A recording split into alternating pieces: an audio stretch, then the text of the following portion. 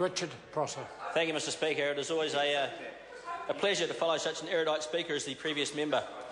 He's obviously invested a great deal of time and effort in the research and understanding of his subject, and I wish him well insofar as the realising of the returns from that investment are concerned.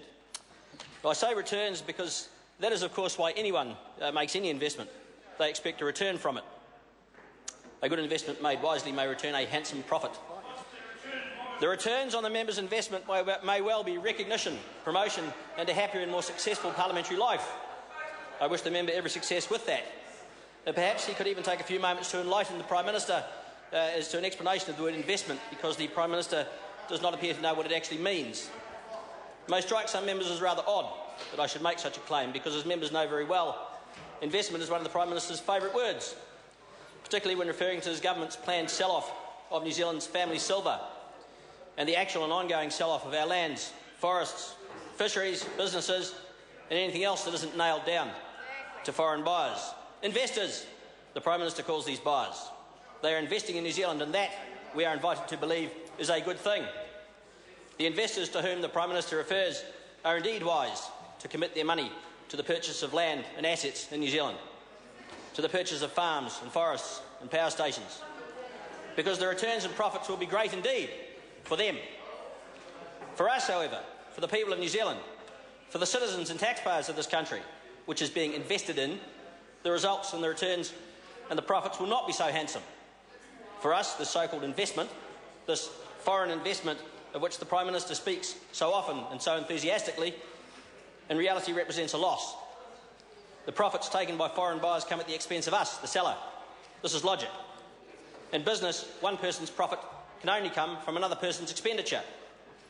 Now, if that expenditure was itself an investment for us, the seller, from which we might expect a return, or if the expenditure was for a service or product not previously available, which the investor's investment has made available, then this would not be such a bad thing.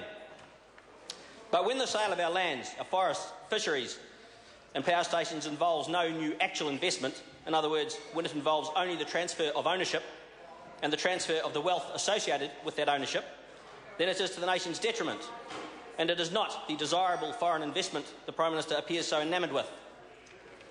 If a foreign buyer comes to New Zealand and buys 1,000 acres of gorse-covered scrubland and turns it into prime dairy farm and buys shares in Fonterra and sets up home and lives here and becomes a citizen and sends his kids to the local school, then that is something which increases the wealth of this country, and it could rightly be called an investment which we should welcome. But when a foreign buyer snaps up 16 dairy farms from a receiver, that is not an investment for anyone other than the foreign buyer. There will be no more cows than there were before. There will be no new and additional jobs for dairy farm workers. There will be no increase in the volume of milk produced and processed.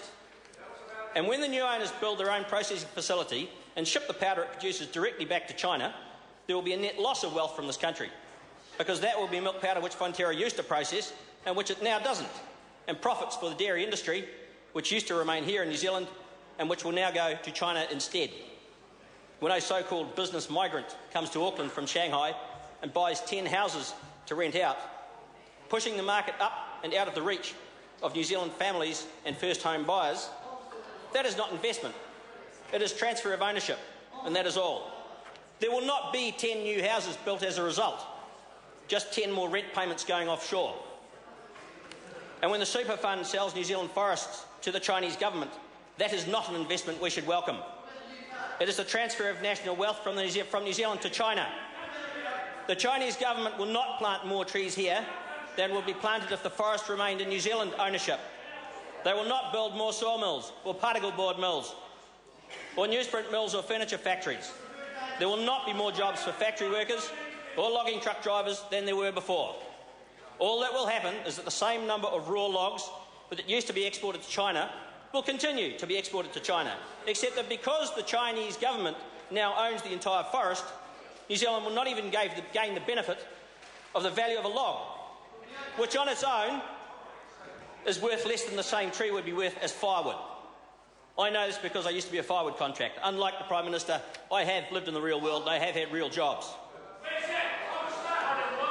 The Prime Minister is a currency trader, Mr Speaker, or he was a currency trader, and he knows about making money and making a profit. If I buy 100 million Archimedean pesos today for $1 each and sell them tomorrow for $1 and 1 cent. Mr. Speaker. Thank you, Mr. Speaker. Well, how humiliating it must be for them, Mr. Speaker. Order. I apologise to the member.